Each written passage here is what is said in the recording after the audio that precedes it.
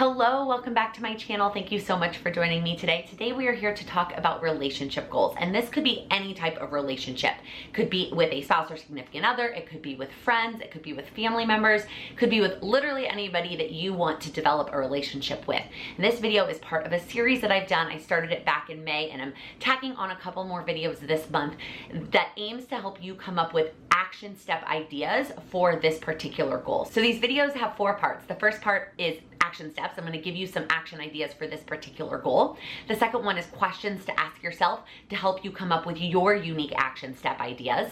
The third part is a book recommendation for this particular goal. And then the last part is a general goal action idea tip that you can apply to any goal to help you come up with more action step ideas.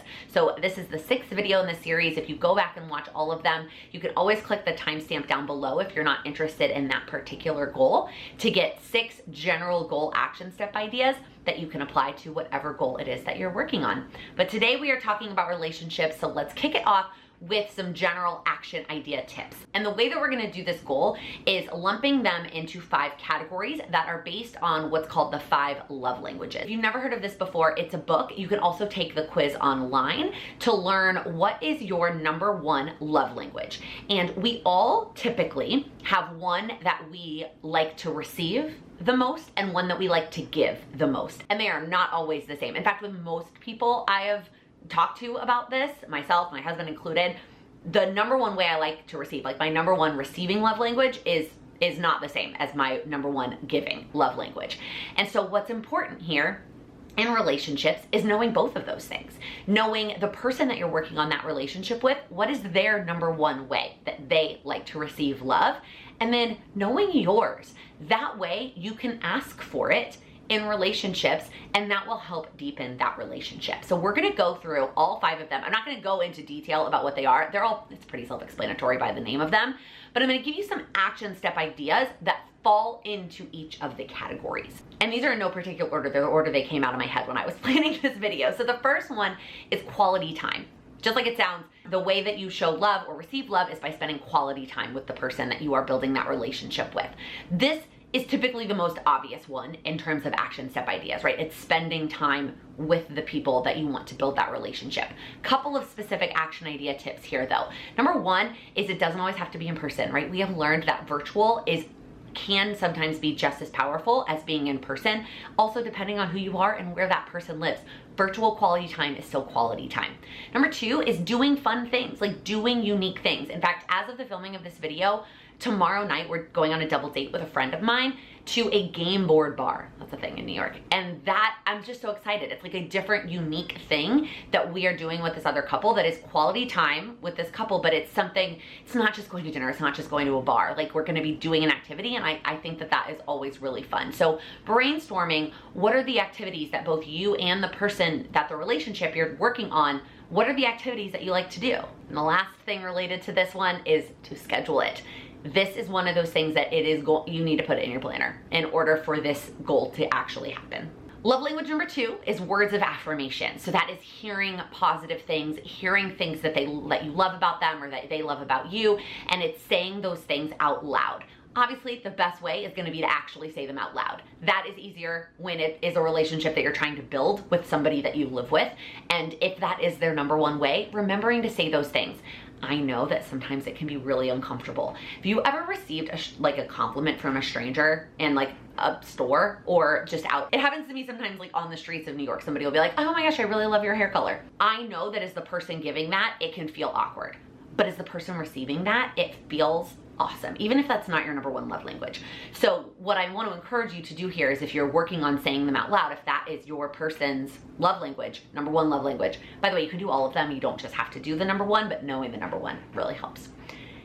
It might feel uncomfortable for you saying it. It doesn't feel that way to them. In fact, it feels quite the opposite to them. It also doesn't have to be out loud. Just sending little text messages saying, you know, hey, I'm thinking of you, or hey, I'm proud of you for doing this thing. Sending cards in the mail is another great way for words of affirmation. I actually just recently got this really, really sweet card from a friend that was talking about how proud she was of me with all the things I'm doing with my business. And it was just like this really sweet thing. And words of affirmation is one of my top 2. And it made my month. I'm tearing up just thinking about it. So don't underestimate the power of just saying those, like, it doesn't have to be a big grand gesture. Number 3 is physical touch. And this one is really hard because if it is yours but it's not somebody else's, that is going to be difficult. So the number one thing here, I don't really have any concrete action steps for you. What I want to make sure I say here is to just know how people feel about that and respect it, right? There are going to be, there are people I know, even family members who I know aren't big huggers.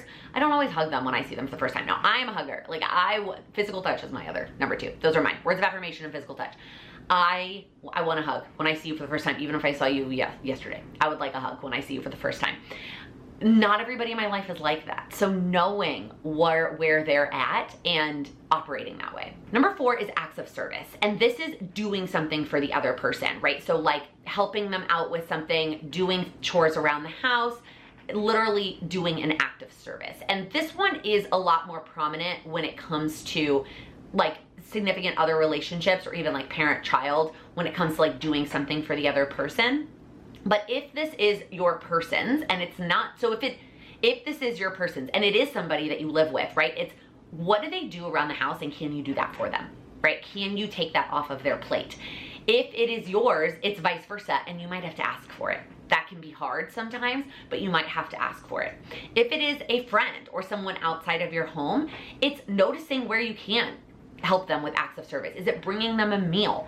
Is it like mowing their lawn? I don't know where that example came from because I live in a city and like nobody has lawns here, but I know for my grandparents, this is their, like they love this kind of love language. So every year for like Mother's Day and Father's Day, my stepmom and my aunt will gift them like helping them with yard work, like acts of service type gifts. The hardest part with this is also not usually coming up with the ideas so much as, number 1, being willing to accept help. If it is yours, if it is your love language, being able to accept that help, and then vice versa, offering to help other people and recognizing that there are people out there that is their number 1 love language.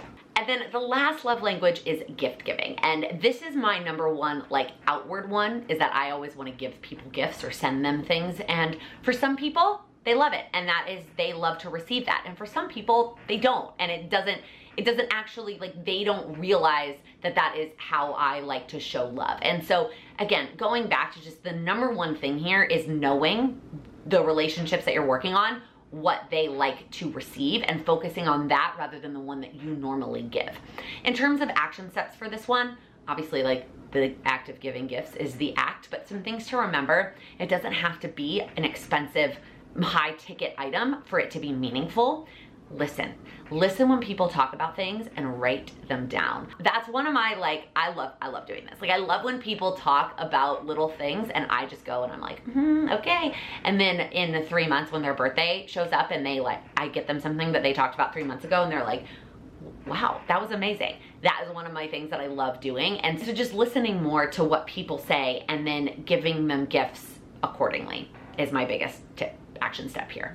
All right, let's move into the questions to ask yourself. Question number 1 is, what relationships are important to me? That one's pretty obvious. Question number 2, what is important to me in a relationship? There are a lot of components to relationships, and it doesn't have to have all of the components be perfect for it to be a great relationship. So knowing what's important to you in a relationship and honoring that and prioritizing that. What is one small thing I can do today for an important relationship in my life? I love that question. Number 4, do I have the capacity to prioritize this relationship right now? And if the answer is no, communicating that with the person that you don't have the capacity for. And then number 5 is, when do I feel the most connected? We all connect in different ways, and so knowing when you feel connected really can help you work on relationships in your life. And then the book recommendation for this goal is probably pretty obvious, but it's the 5 Love Languages book. Again, you can go online and take the quiz to find out what your love language is, but the book really helps dig deep into all 5 of them. And then the general goal action idea tip for this video is kind of less of a tip of coming up with ideas and more of a mindset reminder around the concept of coming up with goal action ideas. And that is the reminder that you do not need the entire plan. You do not need to know every step of the goal that you're going to work on in order to start taking action. You only really need the next step. You need one action step. Now, I do always recommend, I talked about it in a different video, keeping a running action idea list and having all of those action ideas in some place for you to reference when you get bored or you need momentum. But if you don't have any of that yet, don't feel like you need a massive list of goal action step ideas or an entire plan in order to get started. You really just need one good action step to get started. All right, that is it for this goal and for this series for right now. If there is another goal category that you feel like you're struggling to come up with action step ideas, comment below on this video with whatever that category is, and I will jot it down for a future goal video. I feel like these videos are very helpful for when you have that specific goal, and I have found myself linking to the first ones that I did a lot when people ask about that specific goal. So I am happy to keep making these if there are other categories that you're struggling with. And if you are really struggling with action step ideas because your goal is unique and doesn't fit nicely into one of these categories, maybe working together one-on-one would be a good fit for us to really talk together about your goal. I will tell you there's a lot of different questions I have up my sleeve to help you figure out for your specific goal what are some of the action steps and how can you get started. So if one-on-one coaching would be a good fit for you, I'm gonna leave the link down below, or send me a DM on Instagram and let's chat about what that goal is that you wanna get started on. If you like this video, please give it a thumbs up. If you're new here, please click that subscribe button. I upload new videos every Monday, Wednesday, and Friday focused on helping you achieve your goals. Thank you so much for watching. The first part are, number 4, the lighting.